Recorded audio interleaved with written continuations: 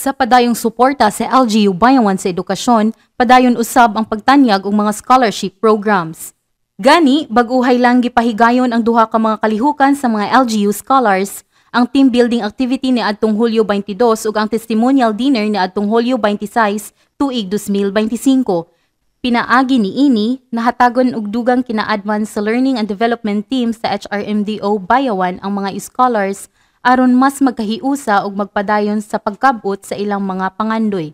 Sa laing bahin, gipasindunggan ang mga 2025 scholar graduates.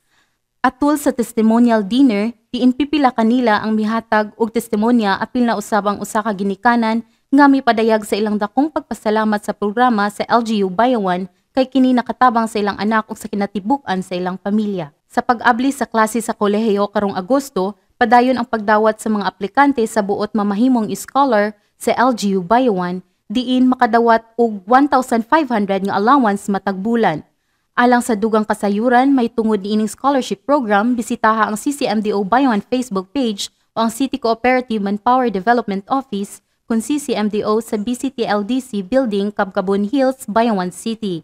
Sa kasamtangan, ilalom sa administrasyon ni Mayor Raymond, 350 ang giilang mga scholar sa LGU Bayawan. Gikan dinhi sa CCMDO, kini si Gracelyn Mejio ang inyong LGU News Correspondents. Ibayaw Bayawan, kita ang Bayawan.